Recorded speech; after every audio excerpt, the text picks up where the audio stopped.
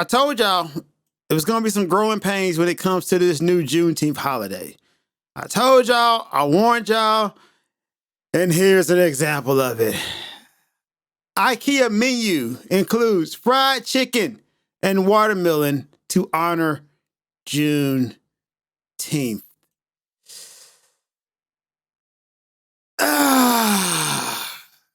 I mean, yeah, like, who in the hell thought this was a good idea? Like, I mean, bruh. Story coming from TMZ News. IKEA is under fire after one of its stores in Atlanta. Atlanta? Yo, Atlanta? God. Atlanta allegedly listed fried chicken and watermelon as menu items for its employees to supposedly honor Juneteenth. The furniture giant reportedly sent an email to employees last week alerting them that to honor the perseverance of Black Americans and acknowledge the progress yet to be made, it was also going to roll out a special menu. And yo, the special menu on Saturday included fried chicken, watermelon, macaroni and cheese, potato salad, collard greens, and candied yams. Now, look, I'm going to be honest with you guys. This is a fire-ass menu. Yo, Black folks are always put in this ridiculous ass, like, position, though. Because, like, when you say fried chicken, macaroni and cheese, potato salad, collard greens, candy yams, you got me. I'm there. This shit's delicious.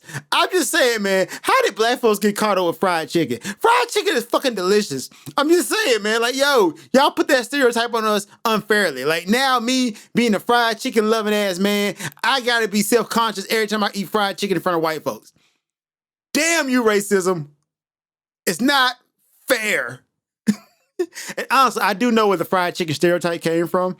It's a good documentary done on that, and basically fried chicken came because chicken was the cheapest meat, and that was the only meat that Black people were able to afford for a long time because there was a premium on beef and pork for those cuts. That's why, you know, Black folks had the chitterlings and made those a dish in a meal. And also fried chicken has the stereotype of being a nasty food because you eat it by your hand and it's greasy, you know, and Black folks dirty. So that's where the stereotype came from. However, dog, like, yo, I've never met a race of people who didn't like fried chicken. Like, seriously. Real quick, I'll tell you guys a story. In Japan, me and my boy Andrew went to a sushi restaurant, right? It's a sushi go-round, a place where, you know, you get your plate of sushi, you pick up your plate, and you eat the sushi. So me and Andrew are sitting there eating sushi. We rack up a lot of sushi. I done ate like 12 plates of sushi. He done ate 12 plates of sushi. So then Andrew's like, you know what, man? I'm kind of tired of eating sushi. Let's order something else off the menu. So he looks at the menu, and Andrew orders karage, which is basically fried chicken. So he orders fried chicken, and I can see the people's face light up. Ha! So the Japanese man, they go get the chicken, and they bring it back. And they look right at me. They're like, hey, you really like fried chicken, don't you? And Andrew just busts out laughing like, yo, really? He didn't even order the chicken, but he gets pegged with the, I know you love fried chicken.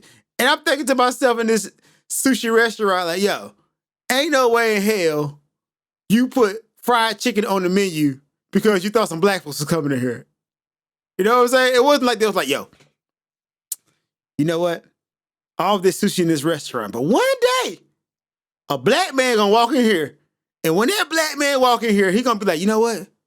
Y'all got fried chicken? And hey, we're gonna be ready. So put the fried chicken on the menu. That's not what happened, right? Japanese people love fried chicken just as much as Black people. I'm just saying, fried chicken.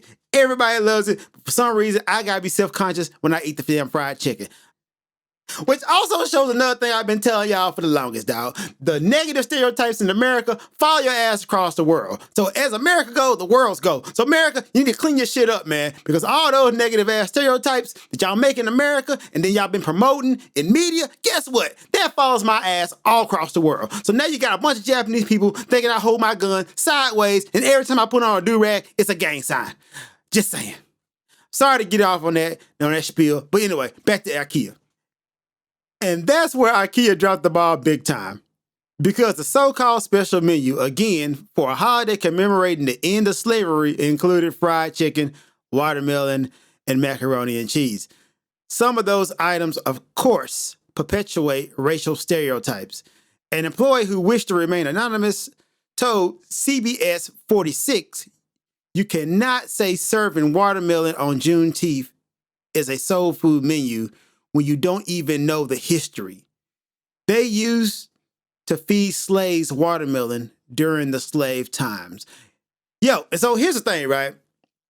Yeah, you're gonna have to learn the history behind some of this stuff before you start throwing it out there, right? You gotta kind of know the history behind soul food and all the negative stereotypes that were thrown at black people. Right. And that's part of the growing pains I was talking about with this holiday. It's going to be a lot of mishaps because a lot of white folks really don't know or don't care enough to know about that stuff. Right. We just assume that, everybody know about these stereotypes.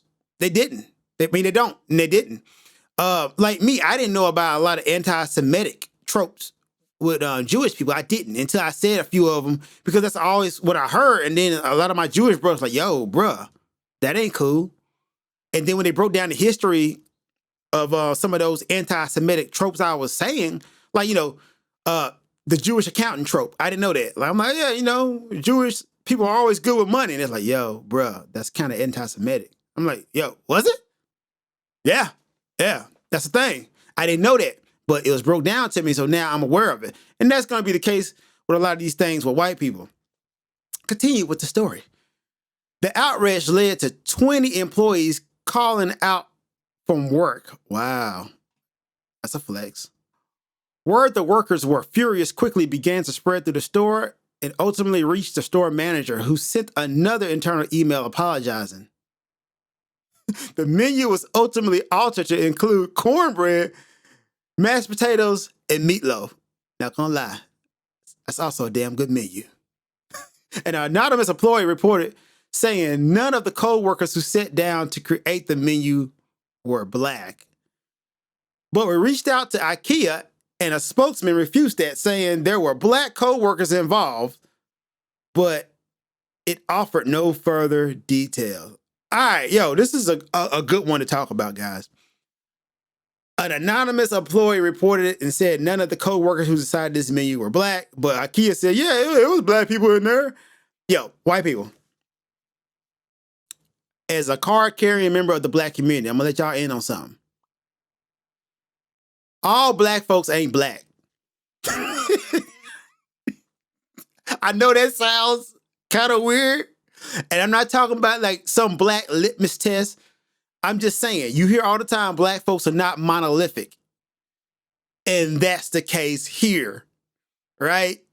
You can't just have a few quote unquote black people in the room and think that's going to be all encompassing, right? The onus is on you to know about black culture in general. Because look, I say this again, black and white folks only come from America. They really do. It ain't no such thing as black folks in Africa. Them folks got countries, and each one of those countries is a different culture. Like, honestly, think about it. The whole term black and white are super amorphous. It means it's changed to let people in there. Okay, think about like whiteness, right? There was a time where Irish folks weren't thought as white people, and then they got let in. Then they got all the privileges that came with being white, right? Same thing with black people. Like, due to the American bipolar caste system and how we look at race, the standard for being black is having 1 ounce of quote unquote Negro blood in you, right? That kind of makes you black.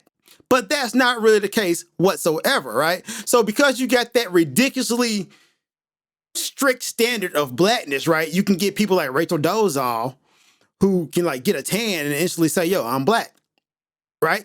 That's why you got that, because hey, the standard for being black is so damn light, but the standard for being white is so damn strict. Like, honestly, think about it. So I got a friend named Yelena from Serbia. She's not white. She hates it when, like, if you call her white, she's like, no, I'm not white, I'm Serbian, right? You got a whole bunch of countries in Europe, right? They're not saying, oh, those are white countries. Only when you look at it through like the Western society standard do you say, oh, Europe is a white continent, right? That's something we kind of did. But yeah, French people, Serbians, Latvians, they're all different kinds of white. It ain't the same thing. The term becomes like super amorphous. And that's kind of where they fell in the trap here. Probably by saying, yo, we got black people. Did you really have black people? So it's on every white American to know black culture for themselves. You can't like think of an idea and then expect the few black people you have in the room to be like, oh yeah, to stop you. That's not going to always be the case. You got to educate yourself on black culture and history. Because like I said, had you did your own work, you wouldn't have to ask black folks about this because you would have known. Which, once again, shows the deficiency on how we learn. Like, you should know all the negative tropes and stereotypes about black people, white people. You should. You shouldn't be like, well, I didn't know that. That's kind of the problem. You didn't know that, right? And like for black people, yo, black people, I'm going to be honest with you guys. It's going to be a lot more of these instances, right? As we get to a more perfect union, and we start having the discussions, because we always talk about we need to have the discussions. As the discussions become more broad, there's going to be a lot of these cultural faux pas. So, yes, when you see it, address it. But just know it's going to be a lot more of these things. And it's a good thing. All right? So, yo, IKEA, do better in the future. But anyway, that's the Common Knowledge Podcast. Be sure to check out my music on Spotify, DJ L-Spade. Check out my show with Alex, Let's Caliber Hunter, The Random Show on YouTube and Instagram.